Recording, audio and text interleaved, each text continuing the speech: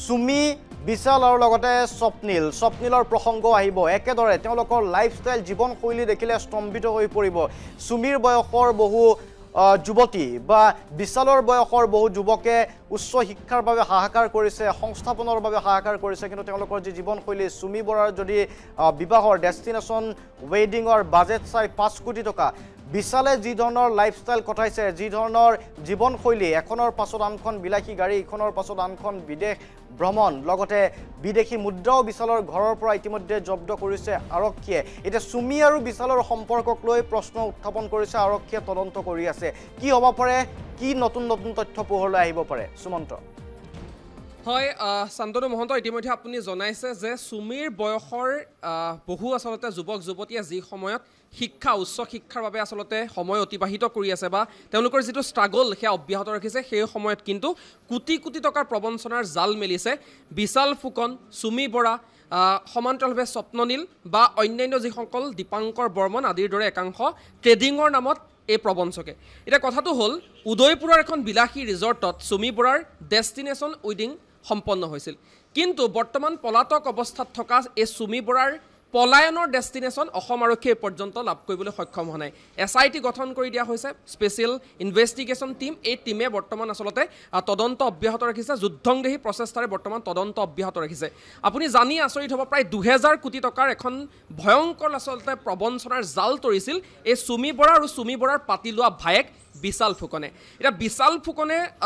তথ্য ওলাইছে বা কথা চৰ্চা চলিছে যে ডেষ্টিনেশ্যন ৱেডিঙৰ প্ৰায় 2 কোটি টকা বিশাল ফুকনৰ ক্ৰেডিট কাৰ্ডেৰে খৰচ হৈছিল যদিও 2 কোটি বুলি কোৱা হৈছে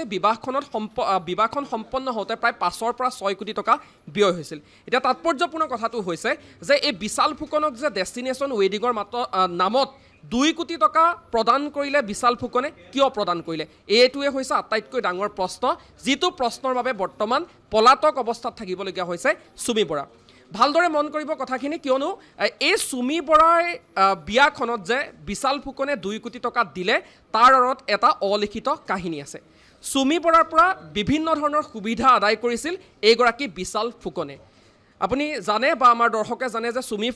সুমি বৰা নতুনকৈ অসমৰ চলচ্চিত্ৰ উদ্যোগ বা সংগীত উদ্যোগটোলৈ আহিছে তেওঁ যোৰহাটৰ এগৰাকী ছোৱালী আৰু যোৰহাটৰ সুমি বৰাৰ পিতৃৰ এখন গেলামালৰ সৰু দোকান আছে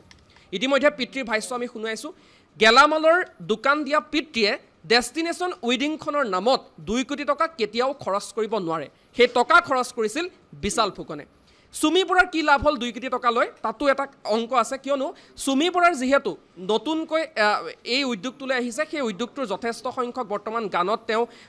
নৰ্তকী হিচাপে বা নৃত্য প্ৰতিয়সী হিচাপে বা কৰিঅ'গ্ৰাফাৰ যি বুলিয়ে নকওক কিয় তেওঁ কাম কৰিছে আৰু সেইগৰাকী নৰ্তকী সুমি বৰাৰ সৈতে বহু লোকৰ সঘন আহযা আছে বা তেওঁৰ এই যিটো চাৰ্কল সেই চাৰ্কলটো যথেষ্ট ষ্ট্ৰং বা ভাল বুলি কোৱা হৈছে কিয়নো শেহতীয়াকৈ প্ৰায়বোৰ অসমীয়া গীতৰ কৰিঅ'গ্ৰাফি কৰে সুমি বৰাই এতিয়া সুমি বৰাই সকলো গায়ক গায়িকা অভিনেতা অভিনেত্ৰীক বিশাল ফুকনৰ সৈতে চিনাকি কৰাই দিয়ে আৰু বিশাল ফুকনৰ সৈতে চিনাকি কৰি দিয়াৰ পাছত সুমি বৰাই এপ্ৰ'চ কৰে যে বিশালৰ যিটো কোম্পানী সেবিৰ কোনো গাইডলাইন্স মানি চলা নাই এটা ভুৱা প্ৰবঞ্চনাৰ জাল তৰি থৈছিল আৰু সেই জালখনত ভৰি দিবলৈ বাধ্য কৰায় বা আহ্বান জনায় যে আপোনালোকে 30,000 টকা যদি বিনিয়োগ কৰে মাত্ৰ এমাহতে 60,000 টকা লাভ কৰিব 1 লাখ টকা যদি বিনিয়োগ কৰে আপুনি 2 লাখ টকা লাভ কৰিব 2 লাখ টকা যদি বিনিয়োগ কৰে এমাহতে 4 লাখ টকা লাভ কৰিব প্ৰথমে